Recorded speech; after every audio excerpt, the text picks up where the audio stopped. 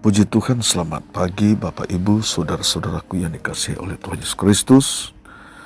Kembali kita bersama, kita jumpa di pagi hari ini dalam mengikuti program doa pagi GPDI Budi Mulia. Dan pagi hari ini kita akan mendengar firman Tuhan dan kita dahului dengan doa. Saya mengajak kita berdoa. Bapa di surga, terima kasih di pagi hari ini. Tuhan sudah menolong kami, Tuhan sudah menyertai kami sepanjang malam. Dan kalau kami boleh ada, kami boleh menghirup udara yang segar di pagi hari ini. Kami tahu ini adalah anugerah Tuhan, kasih sayang Tuhan dalam kehidupan kami. Terpujilah nama Tuhan, dan pagi hari ini kami mau terima kebenaran firman Tuhan. Roh Kudus menolong kami dan terus memberkati setiap umat-Mu yang mendengar firman Tuhan dalam program ini. Terpujilah nama Tuhan, dalam nama Yesus, haleluya, amin. Puji Tuhan. Firman Tuhan terambil dalam 1 Korintus 16 ayat 7 sampai 9. 1 Korintus 16 ayat 7 sampai 9. Sebab sekarang aku tidak mau melihat kamu hanya sepintas lalu saja. Aku harap dapat tinggal agak lama dengan kamu jika diperkenankan Tuhan. Tapi aku akan tinggal di Efesus sampai hari raya Pentakosta. Ayat 9. Sebab di sini banyak kesempatan bagiku untuk mengerjakan pekerjaan yang besar dan penting, sekalipun ada banyak penentang. Haleluya, puji Tuhan. Saudara yang dikasihi oleh Tuhan, jemaat Korintus adalah jemaat yang dirintis oleh Rasul Paulus. Dan jemaat di Korintus telah mengalami suatu pertumbuhan iman, pertumbuhan kualitas iman, dan diikuti oleh pertumbuhan secara kuantitas saudara sekalian. Artinya kebenaran firman Tuhan, peran Roh Kudus bekerja kepada setiap orang yang percaya yang ada di Korintus. Puji Tuhan. Saudara sekalian, di saat Rasul Paulus menulis surat ini atau surat Korintus ini, Rasul Paulus berada di kota Efesus. Dan dari ayat 9 yang telah kita baca, ada kesaksian dari Rasul Paulus bahwa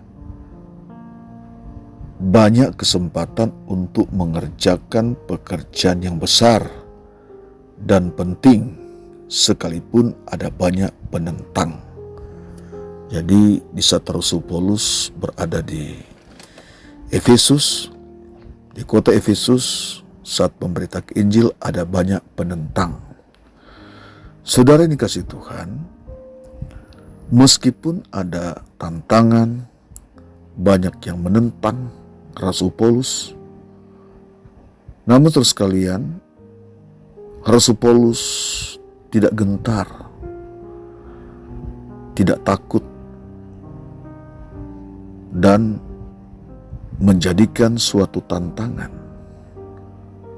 yang dihadapi merupakan suatu peluang untuk mengerjakan tugas pekerjaan Allah. Jadi saudara sekalian, ini suatu kebanggaan yang luar biasa. Meskipun ada yang menentang, yang tidak menerima, tapi Rasul Paulus tetap bersemangat terus mengerjakan pekerjaan Tuhan. Apa yang ditugaskan Allah kepada Rasul Paulus, Rasul Paulus tetap bersemangat mengerjakan pekerjaan Allah, yaitu memberitakan Injil. Injil tetap disampaikan kepada dunia saudara sekalian. Injil tetap disampaikan kepada semua orang. Sebab itu adalah perintah. Memberitakan Injil adalah perintah sebelum Yesus naik ke surga.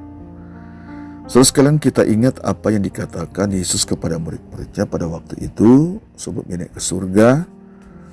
Dia berkata ada suatu perintah yang Yesus katakan, pergilah kamu ke seluruh dunia beritakanlah Injil, dan barang siapa percaya dan dibaptis akan diselamatkan. Dan Roh Kudus akan menyertai murid-murid saat memberitakan firman Tuhan, saat memberitakan Injil. Nah, saudara sekalian, sangat penting bahwa Injil harus disampaikan. Injil harus disampaikan walaupun ada banyak orang yang menentang, ada banyak yang tidak menerima. Kalau kita baca dalam Matius 24 ayat 13 dan 14, di situ Yesus berkata, kata Yesus kepada murid-muridnya, tetapi orang yang bertahan sampai pada kesudahannya akan selamat. Dan Injil kerajaan ini akan diberitakan di seluruh dunia, menjadi kesaksian bagi semua bangsa. Sesudah itu barulah tiba kesudahannya. Nah, saudara sekalian, mengapa Injil harus diberitakan? Seperti apa yang dikatakan Yesus, untuk menjadi kesaksian semua bangsa. Jadi Injil harus disampaikan, Injil harus diberitakan karena untuk menjadi kesaksian bagi semua bangsa, menjadi kesaksian bagi semua orang, dengan tujuan agar semua orang menjadi percaya. Termasuk saudara dan saya, saudara sekalian. Saudara percaya karena Injil, karena pemberitaan Injil. Agar semua orang menjadi percaya dan diselamatkan. Saudara sekalian, ini adalah target dalam misi pemberitaan Injil. Sebab akan datang, kata firman Tuhan, akan datang kesudahan dan tidak ada lagi kesempatan. Jadi ada saatnya, saudara sekalian, Injil tidak dapat diberitakan lagi. Nah, saudara sekalian, kalau sampai pada hari ini Injil masih diberitakan, firman Tuhan masih disampaikan, kebenaran Allah masih disampaikan. Nah, saudara sekalian, ini merupakan satu kesempatan yang luar biasa. Satu kesempatan yang luar biasa. Saya boleh katakan ini adalah anugerah Tuhan. Waktu adalah anugerah Tuhan. Waktu adalah pemberian Tuhan di dalam kehidupan manusia, di dalam kehidupan kita, saudara sekalian. Sebab itu sekalian, Injil harus tetap disampaikan. Injil harus tetap diberitakan kepada semua orang yang percaya, bahkan kepada mereka yang belum percaya. Kepada mereka yang sudah percaya, Injil tetap disampaikan agar kehidupan orang percaya tetap bersemangat, tetap bersuka cita, bertahan dalam penderitaan, bertahan menghadapi tantangan, bertahan menghadapi persoalan, tetap kokoh, tetap teguh di dalam Injil, tetap kokoh, tetap teguh di dalam percaya kita kepada Tuhan Yesus Kristus. Haleluya, puji Tuhan. Injil berbicara tentang hadirnya Yesus Kristus. Dia lahir, Yesus lahir, lalu kemudian Yesus mati, Yesus bangkit, Yesus naik ke surga. Nah, saudara sekalian, ini menjadi satu target dalam pemberitaan. Sampaikan kebenaran bahwa Allah telah datang ke dalam dunia di dalam Yesus Kristus. Allah telah berkorban bagi manusia. Dia disalib, dia dikubur, tapi pada hari yang ketiga dia dibangkitkan, kata firman Tuhan. Saudara sekalian, ini menjadi salah satu semangat kita, semangat saudara sekalian dimanapun saudara berada, untuk tetap memberitakan Injil. Sebab saudara sekalian, kalau Rasul Paulus tetap memberitakan Injil, dan saudara sekalian, maka kita pun sebagai gereja, sebagai hamba-hamba Tuhan, sebagai orang-orang yang sudah percaya kepada Tuhan, wajib memberitakan Injil. Wajib memberitakan Injil. Sampaikan kebenaran itu, sebab ada waktunya Injil tidak dapat diberitakan lagi. Akan datang bahwa Injil tidak dapat disampaikan lagi. Akan datang kesudahannya, kata firman Tuhan, seperti yang sudah kita baca, saudara sekalian.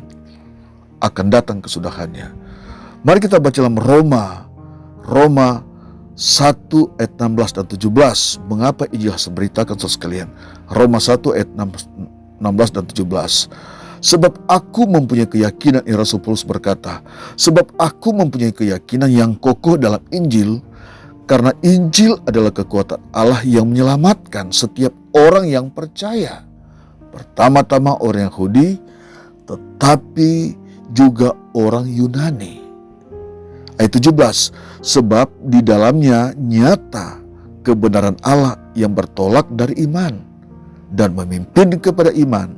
Seperti ada tertulis, orang benar akan hidup oleh iman. Perhatikan di sini, orang benar akan hidup oleh iman. Ketika Injil disampaikan, ketika firman Tuhan disampaikan, lalu mereka percaya, lalu mereka beriman, maka firman Tuhan berkata, orang benar akan hidup oleh iman. Orang percaya akan hidup oleh percayanya. Orang beriman akan hidup oleh imannya. Saudara sekalian, kita bersyukur kepada Tuhan. Sampai pada hari ini. Andai kata Tuhan tidak datang, tidak ada Injil dalam dunia ini, apa yang akan terjadi saudara sekalian? Dan kita bersyukur. Ada Yesus yang telah datang ke dalam dunia. Lalu kemudian ada kebenaran, ada firman Tuhan. Alkitab adalah kebenaran firman Tuhan. Disampaikan agar kita percaya, kita beriman akan kebenaran itu. Kita beriman akan Injil Yesus Kristus. Bapak Ibu saudara sekalian dimanapun saudara berada pada saat ini harus ada dalam kehidupan kita. Injil adalah kekuatan Allah untuk menyelamatkan setiap orang. Injil adalah kekuatan untuk menyelamatkan saudara. Injil adalah kekuatan Allah untuk menyelamatkan kita semua. Jangan sampai kehidupan kita jauh dari Allah, jauh dari kebenaran, jauh dari Injil. Kita harus menyatu dalam kebenaran Allah. Kita harus menyatu dalam Injil Yesus Kristus. Kita harus tetap percaya, kita tetap beriman. Karena firman Allah berkata, orang benar akan hidup oleh iman. Yang dapat menghubungkan kita dengan Tuhan adalah iman. Sebab itu saudara sekalian, dimanapun saudara berada saat ini, tetaplah saudara beriman. Ada banyak masalah, ada banyak tantangan, ada banyak pergumulan yang saudara hadapi. Setiap orang percaya kepada Tuhan terus menghadapi pergumulan, tetap ada dalam pergumulan. Selama kita masih ada dalam dunia, tetap kita menghadapi pergumulan. Kita menghadapi berbagai tantangan. Namun kita bertahan dalam Injil. Kita bertahan dalam kebenaran. Sebab barang siapa bertahan, dia akan diselamatkan. Mari kita bertahan sebagai orang percaya. Kita tetap mengasihi Tuhan. Kita tetap ada dalam Yesus Kristus. Apapun tantangan, apa persoalannya, kita tetap mengasihi Tuhan. Kita tetap mengasihi kebenaran. Kita tetap ada dalam Tuhan. Injil adalah kekuatan Allah untuk menyelamatkan setiap orang. Dan ini menjadi dasar perjalanan iman kita saudara sekalian. Mari saudara sekalian, dimanapun saudara berada saat ini, saudara mendengar renungan yang singkat di pagi hari ini. Biar iman kita semakin kokoh, iman kita semakin kuat. Kalau Paulus menghadapi tantangan di Efesus, dan itu menjadi kesaksiannya kepada jemaat yang ada di Korintus, maka kita pun demikian sekalian. Kita menghadapi tantangan-tantangan begitu luar biasa, tapi kita tetap bertahan, terus bersemangat, tidak takut, tidak gentar, tetap maju dalam kita melayani Tuhan, tetap maju dalam kita mengerjakan pekerjaan Allah. Kita berdoa. Bapa di surga, terima kasih di pagi hari ini kami bersyukur, kami sudah dengar firman Tuhan. Kuatkan kami Tuhan, biar Roh Kudus tetap mengangkat kami bersama dengan kami di saat-saat kami menghadapi tantangan. Pelihara jemaat dengan kekuatan kuasa Tuhan. Pagi hari ini pun Tuhan tolong, kalau ada yang sakit Tuhan sembuhkan, yang susah Tuhan hiburkan, yang berkekurangan Tuhan berikan kecukupan. Terima kasih Tuhan di pagi hari ini kami sudah terima firman Tuhan. Terpujilah nama Tuhan untuk selama-lamanya. Kami yang percaya kekuatan Injil, kekuatan Roh Kudus terus bekerja dalam kehidupan umat-Mu, dan umat-Mu tetap ada dalam Engkau, bertahan di dalam Engkau. Dalam nama Yesus kami berdoa dan bersyukur. Haleluya. Amin.